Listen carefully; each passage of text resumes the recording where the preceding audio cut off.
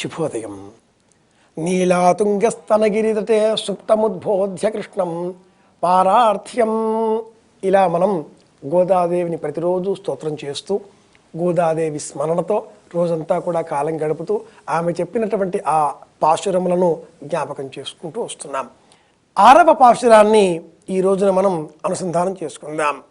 పారార్థ్యం స్వం శృతిశతశిరసిద్ధమధ్యాపయంతి స్వోచ్ఛిష్టాయాం స్రజి నిగళితం యా బలాత్కృత్య భుంక్తే గోదా తస్యై నమ ఇదమిదం భూచచేయాస్తు భూయః. ఈ రోజు నుంచి ఆశ్రయ దశ ప్రారంభమవుతుంది. ఆలయానికి వెళ్ళే నిమిత్తమై మనం ఎలా తయారవుతామో అలాగే అమ్మ గోదాదేవి మొదటి 5 పాశురాలలో వ్రత నియమావళి తెలుసుకున్నది, స్నానం చేసింది, పూల సజ్జలో మనస్సును నిలుపుకున్నది, ప్రారంభం చేసింది ప్రయాణం. మెల్లిగా ముందుకు వెళుతూ స్వామివారిని దర్శించే నిమిత్తమై వెళుతూ ముందు ఒక గోపికను మేలుకొలిపింది. ఆలయానికి ఒక్కరు వెళ్ళకూడదు, మనతో పాటు మరి ఒకరిని తోడుగా తీసుకు వెళ్ళాలి.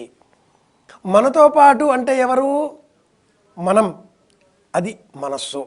ఈ మనస్సుతో ఉండేవి 10 ఇంద్రియాలు నియంత్రించేవి, కర్మేంద్రియాలు, జ్ఞానేంద్రియాలు.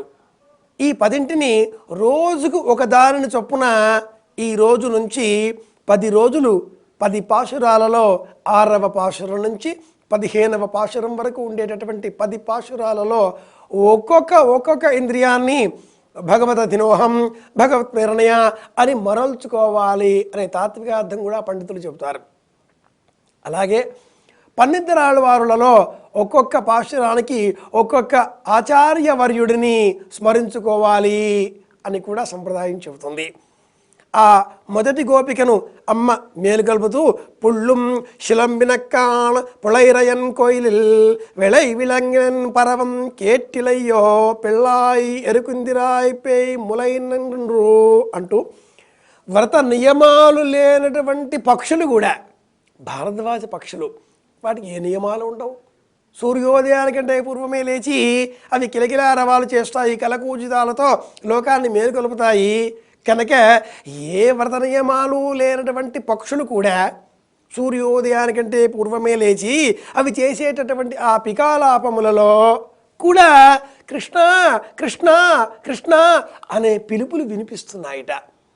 భారద్వాజ పక్షులు చేసేటటువంటి ఈ కిలకిలా రవములలో కూడా భగవంతుడి నామమే ఉంది కదా.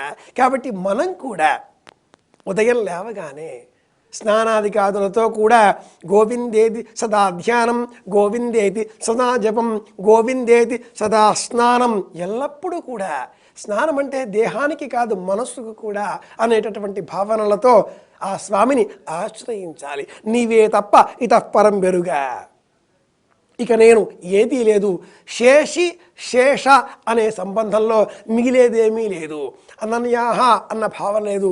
చింతయంతో మాం ఏ జనా పర్యుపాసతే తేషాం నిత్యాభియుక్తానాం యోగక్షేమం అని ఆ స్వామిని మనం ఆశ్రయించాలి. ఆయన మన భారాన్ని స్వీకరిస్తాడు. నాకు ఇంకా ఏ చింత లేదు, అనన్యాశ్చింతయంతో మాం, నేను దేని గురించి కూడా ఆలోచించను అనే ఆశ్రయంలో బయలుదేరిన ఆ అమ్మ గోదాదేవి ముందుగా ఒక గోపికను మేలుకొలుపుతూ తెల్లవార వస్తున్నది. శ్రీ మహావిష్ణువు స్వామి దగ్గరికి మనం వెళుతున్నాం. అక్కడ ఆలయంలో స్వామివారి చేతిలో ఉండేటటువంటి శంఖం, ఆ శంఖంలో వచ్చే ధ్వని నీకు వినిపించలేదా? పక్షుల కిలకిలా రవములలో స్వామి నామం వినిపించలేదా అంటూ పూతన విషపు స్తన్యాన్ని స్వీకరించినటువంటి ఆ కృష్ణ పరమాత్ముడిని, శకటాసురుడిని భంజించినటువంటి ఆ స్వామిని, పాలకడలిలో శేషపానువుపై యోగనిద్రలో ఉన్నటువంటి ఆ స్వామిని దర్శించినటువంటి యోగులు, మునులు వీళ్ళందరూ కూడా ఆ స్వామిని కృష్ణ కృష్ణ యదుభూషణ అంటూ పిలుస్తున్నారే, ఆ పిలుపులు వినిపించడం లేదా అంటూ స్వామిని తలచుకుంటూ ఆ స్వామిని ఇలా పిలవాలి అంటూ జ్ఞాపకం చేస్తున్నది అమ్మ. ఈ స్తోత్రంలో, ఈ పాశురంలో, ఈ 6వ కీర్తనలో ఇది తిరువ్రతం. ఈ వ్రతాన్ని అనుసరించి మనం అమ్మను ఇలా తలుచుకుంటూ ఆ స్వామిని అమ్మ ద్వారా మనవాడిగా చేసుకునే ప్రయత్నం చేద్దాం. ఈ స్తోత్రంలో సర్వయోగి పొయ్గే ఆళ్వారులను కూడా జ్ఞాపకం చేసుకోవాలి అని సంప్రదాయం తెలిసినటువంటి సాధకులు 6వ పాశురంలో ఆచార్యవద్యుడిగా పొయ్గే ఆచార్యులను సర్వయోగిని జ్ఞాపకం చేస్తారు. ఇది ఈనాటి విశేషం. ఆశ్రయ దశలో మొదటి మెట్టు అంటే 6వ పాశురంలో మనల్ని మనం ఏది మిగిల్చుకోకుండా మన మనసులో ఉండే భావనలను ఒక్కొక్కటి ఆ దశ ఇంద్రియములలో మొదటి ఇంద్రియాన్ని జతకూర్చి వినిపించడం ఇంకేమీ లేదు. ఏం వినిపించాలి? చెవులకి భగవంతుడి నామం తప్ప ఇంకా ఏమీ వినకూడదు, వినిపించకూడదు అంటూ ఆ యోగులు మునులు ఎవరినైతే తలుచుకుంటున్నారో ఆ కృష్ణ పరమాత్ముడి నామం నేను వినాలి, అది నీవు వినాలి అని ఒక గోపికను మేలుకొలుపుతున్నది. ఆ గోపిక ఈ శ్రవణేంద్రియంగా మనం భావన చేద్దాం. ఇది ఈనాటి విశేషం. ఈనాటి మరి ఒక విశేషం మకరాయణం. సూర్యనారాయణమూర్తి ధనుస్సులో సంచారం చేస్తున్నాడు. ఆ కాంతిపుంజముల యొక్క ప్రవేశ కిరణాలు మకరాయణంలో కూడా ప్రవేశిస్తాయి. పంచాంగములు ఈ రోజున మకరాయణం అని గుర్తు చేస్తాయి.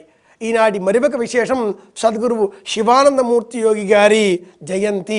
వారి అనుగ్రహం ఎల్లప్పుడూ మనకు లభించుగాక అని కూడా సద్గురువు శివానందమూర్తి గారిని జ్ఞాపకం చేసుకుందాం. మహనీయులు, యోగులు, పూజ్యులు, పెద్దలు వీళ్ళంతా కూడా నిరంతరం చెప్పిన అంశం ఏమిటి అంటే భగవన్నామస్మరణ. భగవంతుడు తప్ప మరో మార్గం లేదు, నీవే తప్ప ఇతఃపరం బెరుగ, రావే కావవే సంరక్షించవే జనార్దన అంటూ స్వామిని స్తోత్రం చేయడం.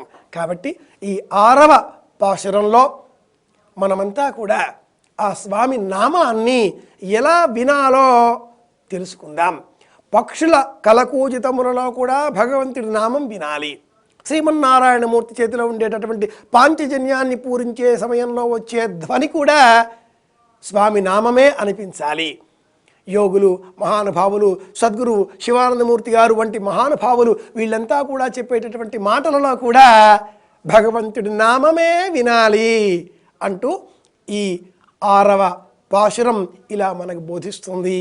ఇవి ఈనాటి విశేషాంశాలు. పరమాత్మ అనుగ్రహంతో మనమంతా కూడా ఆనందంగా ఉందాం, అందరి క్షేమాన్ని కోరుకుందాం అని కోరుకుంటూ శుభమస్తు.